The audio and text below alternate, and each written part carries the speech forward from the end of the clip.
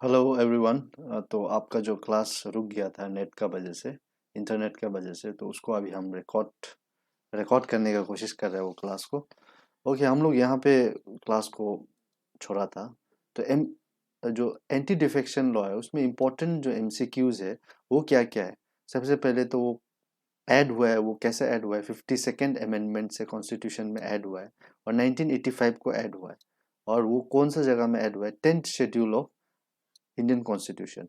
तो ये जो तीन एमसीक्यूज है ये पूछा जाता है आपको, तो इसका बारे में आपको पता होना है। दूसरा इंपॉर्टेंट एमसीक्यू जो एंटी डिफेक्शन लॉ में वो क्या है, जो ये फैसला है वो कौन लेता है कि ये एमएलए जो एंटी डिफेक्शन लॉ का हिसाब से ये एमएलए को हम टर्मिनेट करता है या हाउस से हम उसको सस्पेंड करते हैं।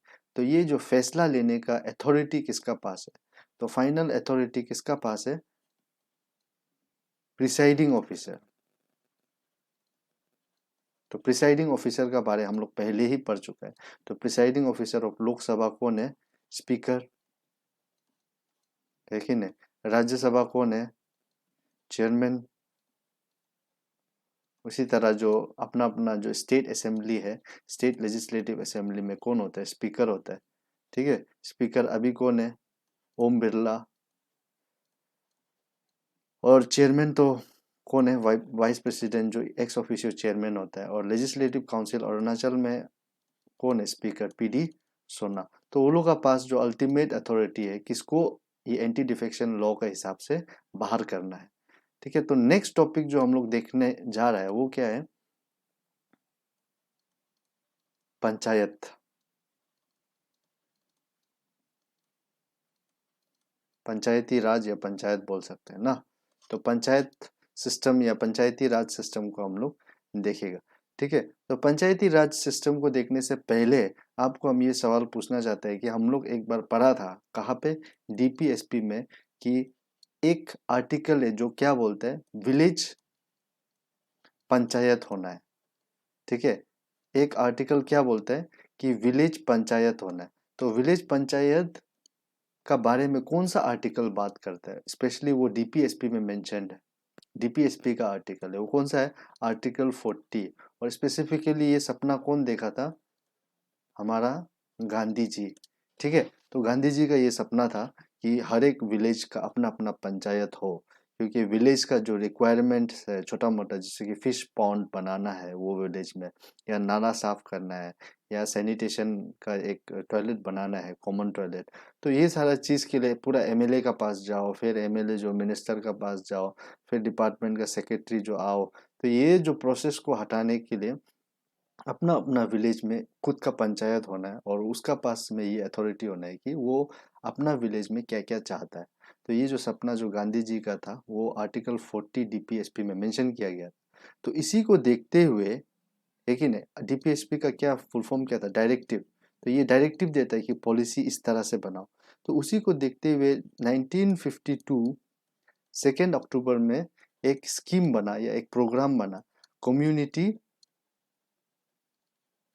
Development programme. ठीक है, तो सीडीपी, कम्युनिटी डेवलपमेंट प्रोग्राम। ठीक है, ये प्रोग्राम बना, और ये प्रोग्राम में क्या हुआ, कुछ कुछ स्टेट्स में देखा है इसको इंट्रोड्यूस किया है, कुछ पार्ट्स ऑफ कंट्री में क्या इंट्रोड्यूस किया है, पंचायती राज को। ठीक है, तो ये इंट्रोड्यूस करने के बाद गवर्नमेंट ये देखा है कि पब्लिक रेस्पॉन्ड कैसे है। तो पब्लिक रेस्पॉन्ड जो एकदम बढ़िया था। ठीक है, पब्लिक लोग खुश हुआ कि हाँ, मतलब ऐसा सिस्टम जो आना चाहिए हम लोग का पास। तब गवर्नमेंट क्या किया है, नेशनल एक्सटेंशन सर्विस किया। दैट मीन्स यही चीज़ को और बड़ा स्केल में ले गया। तो ये बहुत सारा डिफरेंट पार्ट्स ऑफ कंट्री में फिर यही पंचायती राज सिस्टम को लेके गया। वो कौन सा साल में, 1953। ये 52 में हुआ है और ये 53 ऑफ कोर्स 2 अक्टूबर। हमेशा जो पंचायत का सिस्टम होता है वो इंट्रोड्यूस 2 अक्टूबर को ही करता है, इन ऑर्डर टू पे रिगार्ड्स टू मिस्टर गांधी। ठीक है, गांधी जी को रिगार्ड देने के लिए तो ये डेट को फिक्स किया है। तो फिर नेशनल एक्सटेंशन सर्विस हुआ है। फिर इसको और भी ज़्यादा पब्लिक पसंद किया है, तब जाके एक कमिटी बैठा है, बलवंत राय कमिटी। ठीक है, और ये बलवंत राय कमिटी क्या बोला है कि यस, डेमोक्रेटिक डिसेंट्रलाइजेशन होना है, डेमोक्रेटिक डिसेंट्रलाइजेशन होना है। दैट मीन्स डेमोक्रेसी में डिसेंट्रलाइज होना है, सब पावर पीएम का पास नहीं होना है। ये जाके कहाँ में जाना है, हर एक विलेज में जाना है। स्टेट में जाने के लिए सीएम है कि नहीं, और फिर कॉन्स्टिट्यूंसी में जाने के लिए एमएलए है, और नीचे और भी डिसेंट्रलाइज करो इसको, कहाँ, विलेज लेवल में ले जाओ। तो ये बलवंत राय कमेटी जो रिकमेंड किया है कि पंचायती राज सिस्टम होना है, ठीक है। ये बलवंत राय कमेटी ऐसे मतलब ये रिकमेंडेशन दिया है। उसके बाद आया है आपका LM Singhvi committee, SHING Singhvi committee, ठीक है। तो एलएम सिंघवी कमेटी क्या बोला है कि ये बलवंत राय कमेटी जो बताया है पंचायती राज सिस्टम वो होना चाहिए, और इसको कैसा बनाना है, कॉन्स्टिट्यूशनल बॉडी बनाना है, इसको कॉन्स्टिट्यूशनल स्टेटस दो, ठीक है। कॉन्स्टिट्यूशन में इसको ढालो, अमेंडमेंट करके ये चीज को कॉन्स्टिट्यूशन में ढालो, और पंचायती राज सिस्टम को एक कॉन्स्टिट्यूशनल बॉडी का स्टेटस दो बोला है, ठीक है। उसी को फॉलो करते हुए 73rd अमेंडमेंट लेके आए, 73rd अमेंडमेंट लेके आए, जिससे क्या हुआ है, पंचायती राज सिस्टम को कॉन्स्टिट्यूशनल स्टेटस मिला है, ठीक है। कॉन्स्टिट्यूशनल स्टेटस मिला, वो भी कहाँ पे, 11th शेड्यूल। तो इसको हम लोग को ध्यान देना है, ठीक है। ये इंपॉर्टेंट क्वेश्चन बनता है 73rd अमेंडमेंट। और एक इंपॉर्टेंट क्वेश्चन क्या बनता है, पहला जो ये गांव था जहाँ पे ये पंचायती राज सिस्टम को इंट्रोड्यूस किया था, मतलब एक्चुअल में, तो वो कौन सा था, नागौर डिस्ट्रिक्ट, नागौर डिस्ट्रिक्ट कहाँ पे है, राजस्थान में है। कब हुआ था, 1959, ऑफ कोर्स कब हुआ था, 2 अक्टूबर, ठीक है। नागौर डिस्ट्रिक्ट में ये सबसे पहले इम्प्लीमेंट हुआ था, ये कॉन्स्टिट्यूशनल बॉडी बनने से पहले, ठीक है। कॉन्स्टिट्यूशनल बॉडी तो 73rd अमेंडमेंट कब आया, 1992, ठीक है। 1992 में ये कॉन्स्टिट्यूशनल स्टेटस बना है, लेकिन उससे भी पहले नागौर डिस्ट्रिक्ट में ये आ चुका है। और ये क्वेश्चन आपको कॉमन कॉम्पिटिटिव एग्जाम एपीसीएस में पूछा गया है, ठीक है। एपीसीएस 2012 का क्वेश्चन है शायद, तो यहाँ पे पूछा गया वाला क्वेश्चन है। ओके, यहाँ से हमको ये समझ में आता है कि पंचायती राज सिस्टम का इवोल्यूशन कैसे हुआ है, और क्या क्या चीज़ यहाँ पे इम्पोर्टेंट है, ठीक है। ये कमिटी का नाम मालूम होना है, बलवंत राय कमेटी, जो इसको, हाँ, डेमोक्रेटिक डिसेंट्रलाइजेशन होना है बोला है। लेकिन ये इम्पोर्टेंट है जो बोला है कि इसको कॉन्स्टिट्यूशनल स्टेटस देना है, ठीक है। तो ये दो कमिटी का नाम आपको मालूम होना है, ठीक है। उसी तरह पंचायत सिस्टम का बात करेगा तो आपका अरुणाचल प्रदेश का बात करेगा तो अरुणाचल प्रदेश में कैसा है, 3 टायर है ना, 2 टायर है, ठीक है। पहले 3 टायर था, जिला था, उसके बाद अंचल था, उसके बाद क्या था, जिला, अंचल और ग्राम। अभी क्या हुआ है, 2018 में एक बिल पास हुआ है, और 2018 में जो बिल पास हुआ है वो क्या बोलता है कि अरुणाचल में 3 टायर नहीं, 2 टायर होगा। अभी सिर्फ क्या होगा, जिला और ग्राम होगा, ठीक है। तो ये दोनों सिर्फ अभी होगा। तो इस चीज को 2018 में ये बात हुआ है, ठीक है। तो ये चीज को आपको मालूम होना है, ओके। तो ये रहा आपका पंचायती राज। उसके बाद आता है म्युनिसिपैलिटी। म्युनिसिपैलिटीज में ज़्यादा ये नहीं है, म्युनिसिपैलिटी को भी कॉन्स्टिट्यूशनल स्टेटस मिला है 74th अमेंडमेंट से,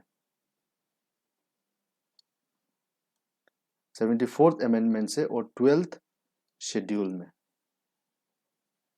ठीक है। तो ये चीज़ जो म्युनिसिपैलिटी का बारे में आपको मालूम हो रहा है, 74th अमेंडमेंट और 12th शेड्यूल, ठीक है। तो ये दोनों चीज़ आपको म्युनिसिपैलिटी का बारे में मालूम होना है। इसको क्या बोलते हैं, अर्बन लोकल बॉडी भी बोल सकते हैं। तो यहाँ पे 3 भाग है, एक क्या है, म्युनिसिपल कॉरपोरेशन, और दूसरा क्या है, म्युनिसिपल काउंसिल, और तीसरा क्या है, नगर पंचायत,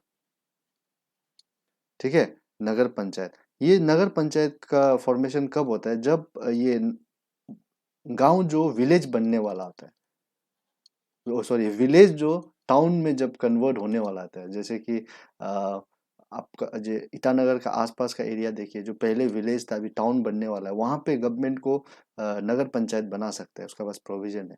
उसके बाद छोटा जो टाउन है, स्मॉल सिटीज टाउन, उसके लिए क्या आता है? काउंसिल आता है। पहले हम लोग का ईटानगर में क्या था? काउंसिल था, है कि नहीं? तो हम लोग जो चुनता था उसको काउंसिलर बोलता था। और काउंसिलर का जो हेड कौन होता था? Chief councillor. उसी तरह अभी क्या हुआ, अपग्रेड हो गया हम लोग का म्यूनसिपैलिटी, अभी कॉरपोरेशन हो गया, म्यूनसिपल कॉरपोरेशन। अभी कॉरपोरेटर होते हैं, है कि नहीं? ये चीज जगह से कॉरपोरेटर चुनता है, और जो उसका एक हेड क्या होता है? मेयर। ठीक है, अभी का मेयर कौन है? अगर आपको पता है तो बताइए। हाँ, मेयर कौन है अभी का मेयर? तमे फासंग। ठीक है, हम लोग का ईटानगर का जो मेयर है उसका नाम तमे फासंग। तो ये सब चीज आपका दिमाग में रहना चाहिए, कभी भी कोई भी आदमी आपसे पूछ सकते हैं। तो यहाँ पे हम लोग का जो पंचायती सिस्टम है वो खत्म होता है। और एक टॉपिक था जिसको आज आपको पढ़ाना था, वो है इमरजेंसी। ठीक है, कंट्री में कौन कौन टाइप ऑफ इमरजेंसी है, और उसमें से क्या क्या इंपॉर्टेंट एमसीक्यूज आ सकते हैं। ठीक है, यूजुअली अगर डिवाइड करेगा तो कंट्री में तीन टाइप का इमरजेंसी है। Number one, national emergency. ठीक है, नेशनल इमरजेंसी।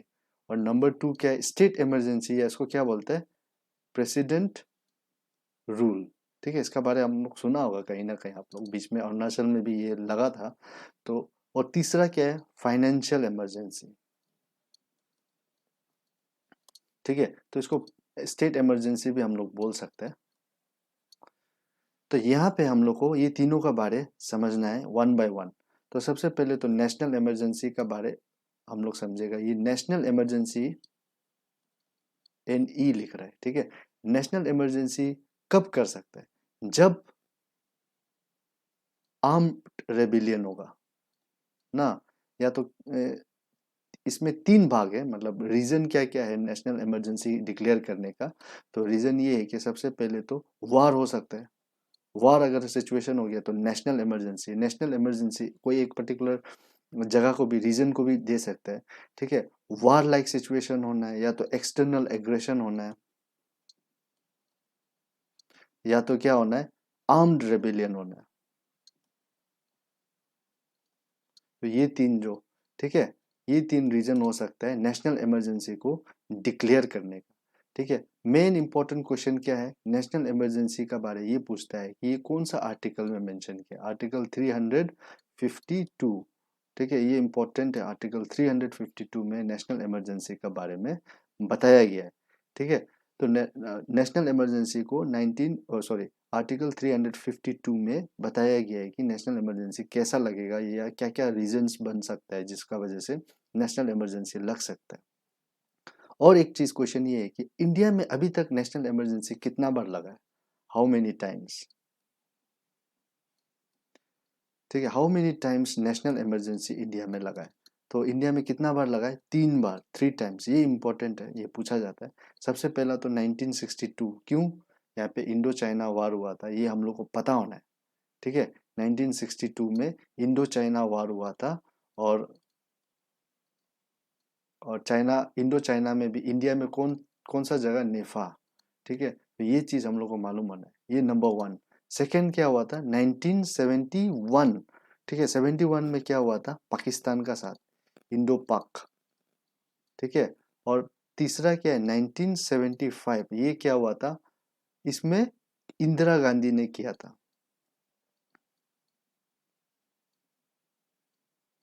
ठीक है, तो इंदिरा गांधी ने इसको किया था। तो इसमें ये तीनों में आपको क्या जानना है? प्राइम प्रेसिडेंट का नाम जानना है, क्योंकि प्रेसिडेंट ही वो इंसान है जो नेशनल इमरजेंसी को डिक्लेयर कर सकता है। लेकिन प्रेसिडेंट कब कर सकता है? जब council of minister headed by prime minister advice करेगा कि प्रेसिडेंट को कि हाँ, अभी वाह ये सिचुएशन ऐसा हो गया कि हम लोग को नेशनल इमरजेंसी डिक्लेयर करना है, तभी जाके प्रेसिडेंट डिक्लेयर कर सकते हैं। तो प्रेसिडेंट का नाम जानना जरूरी है। आपको 1962 का बारे में तो आपको हम जब प्रेसिडेंट को पढ़ाया था तब भी बताया था कि वो इम्पोर्टेंट है। कौन है? एस राधा कृष्णन। ठीक है, एस राधाकृष्णन था जो 1962 में प्रेसिडेंट था, जिस जो वो ऑर्डर में साइन किए कि नेशनल इमरजेंसी डिक्लेयर होना है। और 1971 में जब हुआ है तो वो कौन था, वीवी गिरी। ठीक है, और तीसरा 1975 में जब इंदिरा गांधी ने किया था उस समय कौन था, फखरुद्दीन अली अहमद। ठीक है, तो ये तीन जो प्रेसिडेंट का नाम है उसको आपको मालूम होना है। उसमें भी सबसे इम्पोर्टेंट क्या है जिसको पूछा जाता है वो है एस राधाकृष्णन, क्योंकि ये जो इमरजेंसी डिक्लेयर हुआ है उसमें इंडो चाइना वार हुआ था और उसमें भी इन्वॉल्व कौन था इंडिया साइड में, नेफा रीजन। ठीक है, तो ये है आपका नेशनल इमरजेंसी का बारे में जो इम्पोर्टेंट क्वेश्चंस पूछा जा सकता है। अभी क्या है, स्टेट इमरजेंसी या प्रेसिडेंट रूल। प्रेसिडेंट रूल ये कब होगा, जब कॉन्स्टिट्यूशनल ब्रेकडाउन होता है। ठीक है, कोई भी स्टेट में कॉन्स्टिट्यूशनल ब्रेकडाउन होता है तब जाके ये रूल लगाया जा सकता है। ठीक है, कॉन्स्टिट्यूशनल ब्रेकडाउन मतलब कुछ भी हो सकता है। फॉर एग्जांपल आपको हम बोला था कि सेशन, ठीक है, एक क्या क्या होता है, बजट सेशन होता है, मॉनसून सेशन होता है, विंटर, और दो सेशन का बीच में 6 मंथ का गैप होना है। अगर 6 मंथ से ज़्यादा हो गया, एक्सीड होगा, 6 मंथ से ज़्यादा होगा तो कॉन्स्टिट्यूशनल ब्रेकडाउन है, और मतलब सरकार जो मेजोरिटी में नहीं है। तो ऐसा वाला सिचुएशन में गवर्नर क्या कर सकता है, प्रेसिडेंट को बोल सकते हैं। गवर्नर जो प्रेसिडेंट को बोल सकता है कि ऐसा सिचुएशन स्टेट में है, तो प्रेसिडेंट क्या कर सकता है, प्रेसिडेंट रूल लगा सकता है। ठीक है, तो कोई भी सिचुएशन हो सकता है। अगर प्रेसिडेंट सेटिस्फाइड है कि यस प्रेसिडेंट रूल लगाना है तो वो लगा सकता है, लेकिन आर्टिकल कौन सा को यूज करेगा, आर्टिकल 356 बहुत बहुत इंपॉर्टेंट आर्टिकल है, बार बार पूछा गया है। ठीक है, प्रेसिडेंट रूल। और इसके बारे में आर्टिकल 356 के बारे में बी आर अम्बेडकर का एक ऑब्जर्वेशन है कि बी आर अम्बेडकर बोला है कि ये कॉन्स्टिट्यूशन में ढाला तो है लेकिन it should remain as a dead letter. ठीक है, इसको कभी भी इन्वोक करने का जरूरत नहीं पड़ना चाहिए, क्योंकि ये इन्वोक किया दैट मीन्स आप स्टेट का जो एटोनॉमी है उसको छीन रहे हैं, स्टेट का जो इलेक्टेड मेंबर्स है उसका पावर्स को छीन के सीधा आप सेंट्रल गवर्नमेंट का पास पावर्स आ जा रहा है। जैसे कि स्टेट में, हम लोग का स्टेट में अगर प्रेसिडेंट रूल लग जाएगा तो सीएम का कुछ पावर नहीं है, पावर जो कहाँ चला जाएगा, शिफ्ट होके काउंसिल ऑफ मिनिस्टर का पास चला जाएगा, और union council of minister headed by prime minister, और थ्रू प्रेसिडेंट वो लोग स्टेट को रूल कर रहा होगा। तो इसीलिए बी आर अम्बेडकर बोला है कि it should remain as a dead letter. ठीक है, तो इसके बारे अगर कोई पूछेगा कि प्रेसिडेंट रूल इंडिया में कितना बार लगा है तो वो तो पॉसिबल नहीं है, ये क्वेश्चन बिल्कुल भी नहीं आएगा, क्योंकि इंडिया में इतना सारा स्टेट है, इतना बार लगा चुका है कि वो नंबर्स जरूरी नहीं है जानना। लेकिन अरुणाचल में अपना स्टेट में कितना बार लगा है, तो अपना स्टेट में कितना बार लगा है, 2 बार, एक बार 1980 में और एक बार वेरी रिसेंटली 2016, जिसको आप और हम भी विटनेस किए। तो 2016 में कौन था, प्रणब मुखर्जी, और ये 1980 में कौन था, नीलम संजीवा रेड्डी। ठीक है, दोनों केसेस में क्या हुआ था, वही केस क्या हुआ था, एमएलए यहाँ से वहां चला गया तो मतलब सरकार जो गिर गया। तो दोनों केस में अपना ट्रैक रिकॉर्ड वही है स्टेट का, दोनों केस में ऐसे ही हालत था। ठीक है, एनीवेज हम लोग को ये मालूम होना है कि 2 बार हम लोग का यहाँ पे प्रेसिडेंट रूल लगा है, और कौन कौन प्राइम प्रेसिडेंट था जो वो प्रेसिडेंट रूल को लगाया है। ठीक है, ये दोनों को हम लोग को जानना है। और एक इम्पोर्टेंट क्वेश्चन प्रेसिडेंट रूल से लगता है कि इंडिया में सबसे पहला स्टेट जहाँ पे प्रेसिडेंट रूल लगा था वो कौन सा स्टेट है, तो वो कौन सा है, पंजाब।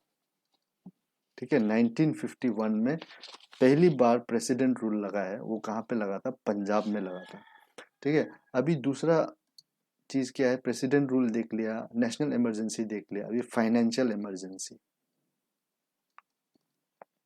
फाइनेंशियल इमरजेंसी का तो नाम से ही सुन रहा है, अगर इंडिया में फाइनेंस को लेके क्राइसिस आ जाता है, गवर्नमेंट का पास पैसा ही नहीं है किसी को देने के लिए।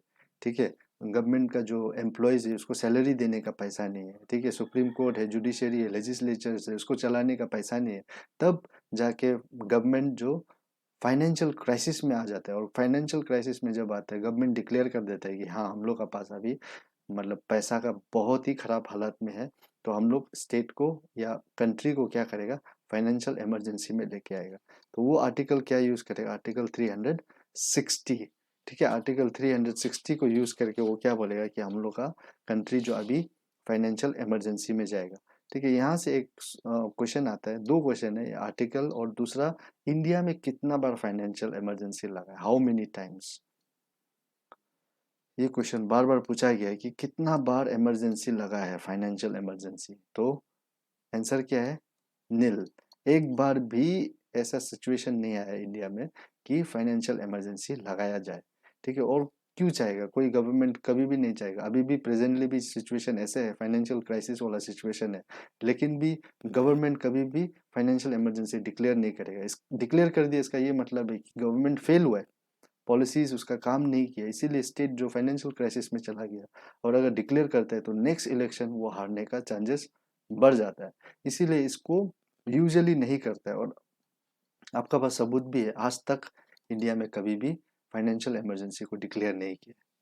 ठीक है, तो यहाँ तक हम लोग का जो टॉपिक्स जो आज ख़त्म करना था वो हम थ्रू ये वीडियो रिकॉर्डिंग ख़त्म कर रहे हैं। तो थैंक यू फॉर कोऑपरेटिंग।